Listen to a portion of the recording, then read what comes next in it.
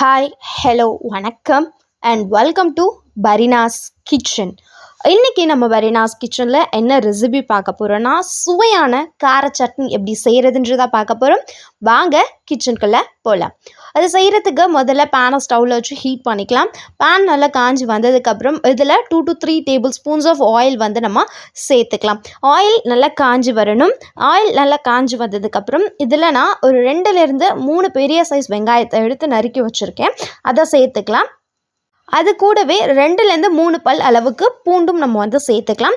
பூண்டு பெருசாக இருந்துச்சுன்னா 2 பல் போடுங்க. சின்னதாக இருந்துச்சுன்னா 4லேருந்து 5 பல் பூண்டு வந்து சேர்த்துக்கோங்க. சேர்த்துட்டு இதை நல்லா வதக்கி விட்டுக்கலாம். இதை இந்த அளவுக்கு வதக்கி விட்டதுக்கப்புறம் இதில் ஒரு 2 மீடியம் சைஸ் தக்காளியை வந்து நான் நறுக்கி எடுத்து வச்சுருக்கேன். அதை சேர்த்து நல்லா மிக்ஸ் பண்ணிக்கிறேன். இது கூடவே 4லேருந்து 5 காஞ்ச மிளகாய் நான் வந்து சேர்த்துக்கிறேன். காரத்துக்கேற்ப நீங்கள் வந்து காஞ்ச மிளகாய் வந்து சேர்த்துக்கலாம். காஷ்மீரி மிளகாய் நீங்கள் ஒன்று சேர்த்து போட்டிங்க அப்படின்னா நல்ல கலருமே வந்து கொடுக்கும். இப்போது இது கூடவே தேவையான அளவுக்கு உப்பும் வந்து நம்ம சேர்த்து நல்லா மிக்ஸ் பண்ணி வதக்கி விட்டுக்கலாம். இது கூடவே சின்னதாக நம்ம வந்து ஒரு புளி வந்து சேர்த்துக்கலாம். புளி நம்ம சேர்த்தோம் அப்படின்னா இது வந்து இன்னுமே இந்த சட்னி டேஸ்ட் நமக்கு வந்து கொடுக்கும். சேர்த்துட்டு நல்லா மிக்ஸ் பண்ணி வதக்கி விட்டுக்கலாம். பாருங்கள், இந்த அளவுக்கு இது நல்லா வதங்கி வந்துருச்சு. இப்போ நம்ம ஸ்டவ் ஆஃப் பண்ணிட்டு இதை ஃபுல்லாக நம்ம ஆற விட்டுடலாம்.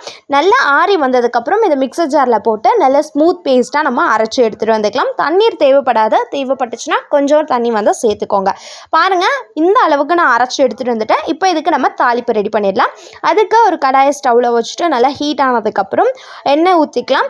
எண்ணெய் நல்லா காஞ்சி வரணும். காஞ்சி வந்ததுக்கப்புறம் இது கூட நம்ம ஒரு 1/2 டீஸ்பூன் அளவுக்கு கடுகு வந்து சேர்த்துக்கலாம். கடுகு நல்லா பொரிஞ்சு வந்ததுக்கப்புறம் இது கூட ஒரு டீஸ்பூன் அளவுக்கு உளுத்தம்பருப்பு, கடலைப்பருப்பு 2த்தையும் சேர்த்து நல்லா மிக்ஸ் பண்ணி விட்டுக்கலாம். இது கூடவே கருவேப்பிலையும் நம்ம சேர்த்து நல்லா வதக்கி விட்டுட்டு கொஞ்சமாக பெருங்காயத்தூளும் சேர்த்தோம் அப்படின்னா நம்மளுடைய தாளிப்பு ரெடி ஆகிடும். இதை நம்ம அப்படியே சட்னியில் சேர்த்து விட்டுறலாம்.